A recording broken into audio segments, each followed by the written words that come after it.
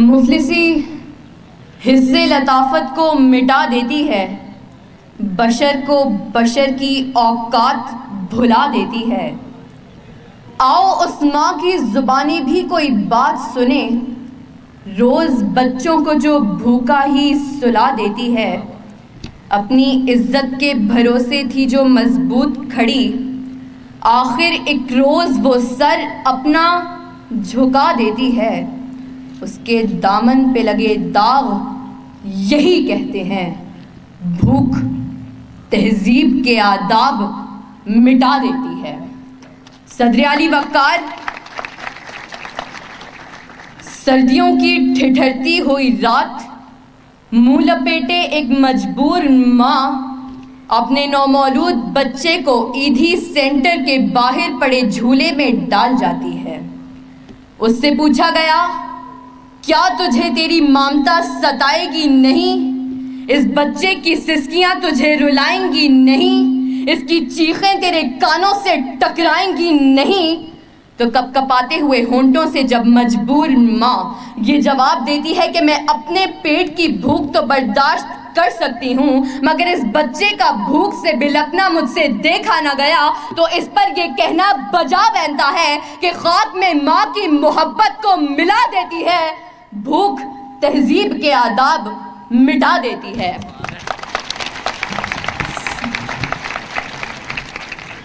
صدر علی وقار آج اس معزز اور باوقار ایوان میں قائد ایوان نے جو قرارداد پیش کی کہ ہم معاشی نہیں اخلاقی بدحالی کا شکار ہیں، میں اس کی بھرپور مخالفت کرتی ہوں، کیونکہ جس اخلاقی بدحالی کا رونا وہ رو کر گئے، وہ اخلاقیات تو خود معاشیات کی محتاج ہیں۔ قریب ہے کہ مفلسی تمہیں کفر تک لے جائے، اخلاقیات معاشیات کی محتاج ہیں۔ آئیے دلائل سے بات کرتے ہیں۔ روٹی کے چند ٹکڑوں اور قابل گزارا دودھ کی قلت سے تھر پارکر میں دم توڑنے والے مجبور بچوں کا اصل مسئلہ اخلاقیات نہیں معاشیات ہے۔ اسی شہر لاہور میں غربت سے تنگ آ کر بشرا نامی خاتون اپنے 2 معصوم بچوں کے ساتھ چلتی ہوئی ٹرین سے ٹکرا جائے تو اس کا اصل مسئلہ اخلاقیات نہیں معاشیات ہے۔ زرد چہرہ،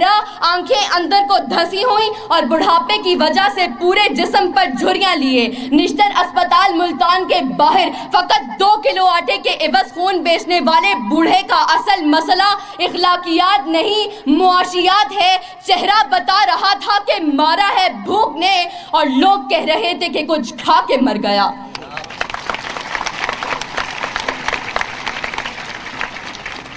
صدر علی وقار تنگ دستی، بھوک اور ابتر معاشی حالات اعلیٰ اخلاقیات کی ضد ہیں۔